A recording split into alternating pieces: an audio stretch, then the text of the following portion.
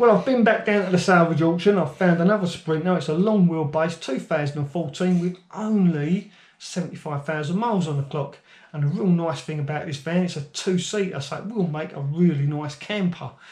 And also, because it's an insurance total loss, it's a category N, which is non-structural, there's no VAT to pay. I think the VAT is swallowed by the insurance companies. Not quite sure how it works, but nevertheless, there's no VAT to pay, so that's a real bonus. Now, it is an insurance total loss. It does say category N, and in the description online, it says it's front damage with secondary side damage. Now, I've looked at the van. I've been down there to have a look. I didn't bring the camera with me, but I've got some photos to show you. There's not that much damage on the front, but the side damage, to me, seems like the worst part of it. But on the photographs, it doesn't look that bad. But I'm glad I went down there because the sides definitely need repairing. They definitely need pulling out and filling and painting or whatever it is they do. But yeah, the sides of the van, it's the lower part of the quarter, it's going to need repairing. So we need to factor that in when we value the van as well. Now, the interior, the driver's seat is really badly worn. Because it's a courier van, it looks like it's been used for multi-drops and the driver's been in and out, and he's worn the seat down. But not only that, it also means the clutch could be worn down as well because it's multi-drop. Right, stop, start, which can wear a clutch out quite quickly. So yeah, we need to factor that into the valuation of it as well. So my estimated value of that van, I don't really want to go any more than £5,500 because by the time the fees go on top, now the fees are going to be just over £400, maybe £500. So hopefully, fingers crossed, we can get that van for about £6,000. I really don't think it's worth any more than that by the time you factor in all the other things that need repairing.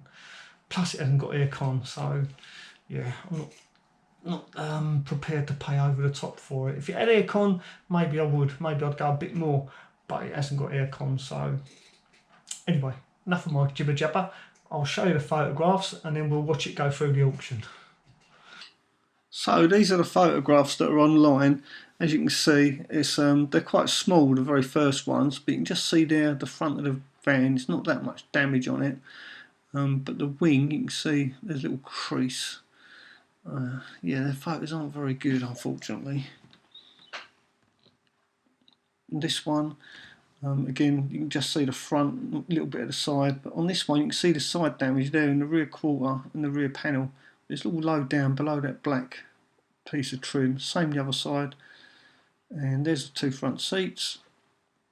They're quite clean from that side, but this side you can see the driver's seat's really badly worn and the seatbelt is on. So that, to me, that looks like the driver didn't wear a seatbelt because he's jumping in and out all the time doing multi-drop deliveries, which is why I say maybe the clutch is a bit worn because he has been in and out all day long in that van, stopping and starting quite occasionally, which means maybe the clutch could be worn. So there's another shot of the front of the van. Now they did say the bonnet was jammed, but I did actually manage to open it. As you can see, the mileage is quite low. There's the sides. So there's the front wing, and as you can see, it's kind of tucked under in the wheel arch, so it's suffered some damage.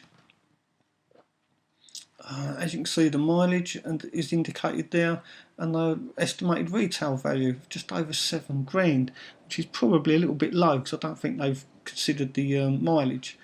It'll probably retail more than that, and no VAT, which is why this is so attractive, buying a van in this way, because of the fact you don't pay VAT on it. So there we go, a nice low mileage van with no VAT to pay. But you must bear in mind that it will always be an insurance total loss, and that will affect the value of the van. Here we go, let's watch it go through. So the current bid's at 5.2, so I need to bid now. I'll make my first bid. Well, it's actually red because I've been outbid. So there we go, it's now green, which means I'm the winning bidder at 5.3. Let's hope nobody else bids. If nobody else bids, oh, there we go. Somebody else has bid, spoke too soon. So now I need to bid again. And remember, I did say I wouldn't go over £5,500, so this is my final bid. If anyone bids now, just keep our fingers crossed, make sure nobody else, hopefully nobody else bids. Oh, damn, I thought I was going to win it then. Never mind. Somebody else has bid at 5.6.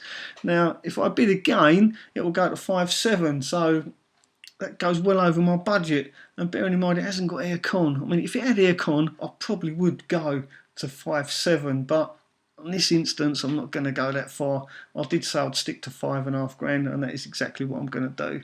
So I'm just going to have to let it go. And that's just the way it goes. You've got to set yourself a limit and stick to it, and that's exactly what I'm going to do, just purely out of principle really, and because I know that van, it's always going to be a category N insurance total loss, and it won't be worth as much as it should be. Well, there you go. I stuck to my guns. I didn't go over my 5.5 grand. I'm quite pleased with myself. I kept my cool, even though I was tempted to go one more bid, which would have made it 5.7. But then it would have been too dear. I really do think it would have been too dear. It was that was like on the limit to what I think the van was worth. By the time you take in all the fees that go on top of that, by the time you think about how much it's going to cost to have it repaired, if it did need new clutch, and it didn't have aircon either, and I just weren't prepared to go over the top on that van.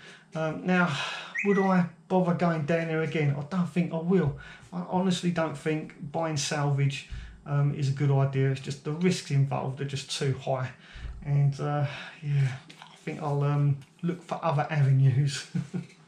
So that's my uptake on it anyway. Let me know what you think. Leave a comment below. And if you like this video, please do give me a thumbs up.